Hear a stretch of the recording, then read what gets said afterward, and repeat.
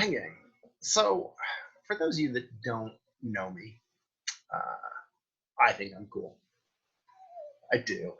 Uh, I have a wide variety of interests, and one of which is really important to me, is professional wrestling. I started watching professional wrestling when I was about 5 or 6 years old, and my dad, who died when I was 19, used to take me to the wrestling matches at the Met Center, which was the home of the Minnesota North Stars. Now, the Minnesota North Stars are gone. They're in Dallas. They became the Dallas Stars. The Met Center is gone. It's now the parking lot of the Mall of America, the largest mall in this country. And my dad's been gone for 21 years. But pro wrestling stayed. And there's been plenty of times in my life where it's been pretty embarrassing to be a professional wrestling fan. They spent a number of years treating women astonishingly poorly. They are an incredibly unethical business that's still effectually ran by carnies. But I watch wrestling, and somewhere in my head, I go back to being 6 years old in the Met Center, watching Hulk Hogan and the Ultimate Warrior and the Honky Tonk Man.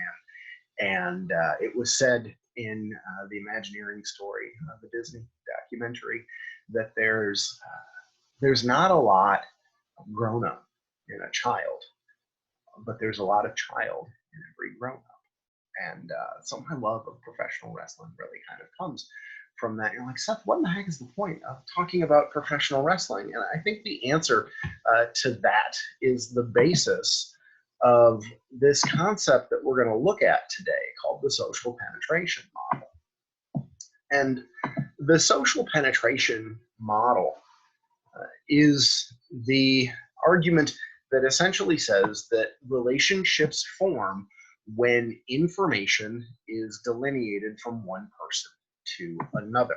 Now, I've given you a pretty decent definition from this. Like almost every one of my definitions, comes from Edwards, Wall & Myers, Communication Age, an excellent communication textbook. And it is based off of Altman and Taylor's research that suggests that the further we get into self-disclosure, the more personal and more connected we make. It's the reason why I talk about professional wrestling as opposed to, types of music that I'm really interested in. A number of years ago, I got back into metal. I spent like 20 years not listening to metal. And I started going to metal shows because a friend of mine wanted to go see the Sonic Temple Festival. I started listening to Ghost and Parkway Drive, and I got back into Slipknot, stuff like that. So the music aspect would be one level, but go even further before I talk about my love of professional wrestling. For some people, and it does connect to the Disney stuff, like even further, it's that I genuinely love Walt Disney World. And some of these things all connect together to like, oh, these are some, childhood style things or teenage style things. And when you get further into some of those inner layers of deep fears and great hopes and values, a lot of that does kind of go back to the fact that I have some levels of arrested development, because when my dad died when I was 19, parts of me kind of froze in that level. But the more we understand that, the more we get the deep understanding of another person. It's not just what a person likes, it's why they have a tendency to like it. If we're going to visualize this, we're going to see that we can work our way through some of these superficial layers. Sometimes in many situations, these outer layers are just what you can physically see. You can see a person wearing a t-shirt of a sports team that they are a fan of, or a band that they happen to like, the college or university that they go to. And then through conversation, though, to be fair, social media changes some of this, and your ability to, your choice to disclose on social media can move some of these further in, maybe a middle layer work works towards things like political leanings or choices about sexuality or things like that that get a little bit more in depth, but you'd be more willing to share with somebody that knows you a little bit more. Let's work in a little bit closer to things like hopes or dreams. I had a student on campus a couple of years ago who talked about in an impromptu speech that he very much wanted to have 7 or 8 or 9 children. He came from a big family and also wanted to have a big family.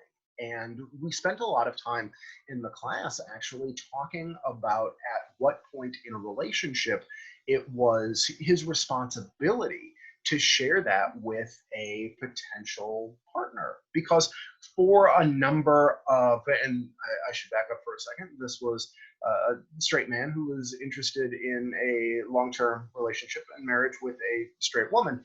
And some of the women in the class essentially said, like, this is something that should come out pretty early because I wouldn't necessarily want to fall further in love with you, like getting into these inner layers and core personality without understanding that this is something you wanted out of life. And if it's not something that can be shared, we're going to get later into conflict management. It's also not something that's easily like agreed upon. Like, okay, I want 0 children, you want 9 children, we will split the difference and have 5 kids. Like, that's not quite how we can manage that particular conflict. And so some of the women were saying, like, hey, if I know this now, some of the rest of this stuff just will kind of become irrelevant to me. So the further we get into these core personality, these core details, the more we get a chance to understand somebody. And it really kind of effectively does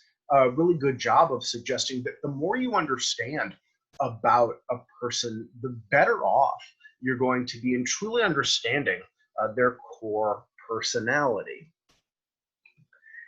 And I think that as an interpersonal theory, it carries a lot of weight with it. And if you think of some of your friendships where you're friends, but you're not as close as it possibly can be, it can often be because you've got some pretty superficial things in common. You like some of the same things.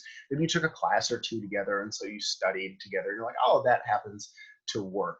But then as you work further in, what you like about a person has a tendency to be more real. Think of some of your best friendships and how often you might say, like, oh, they're a genuinely caring person, or they listen really well. When I describe my wife to people, I talk about how kind she is, how sweet she is, how desperately she cares about my well-being, even in some situations when I don't. I don't necessarily talk about the fact that she is an outstanding actress. She is. She's won awards for it. Or that she's excellent in her chosen field. She is worked for a rape crisis center. Those are all things that other people really appreciate about her. But until they really get to know her, I look at that situation and I look at her differently. So the social penetration theory says that that relationship is going to change based off of that. Have an awesome day.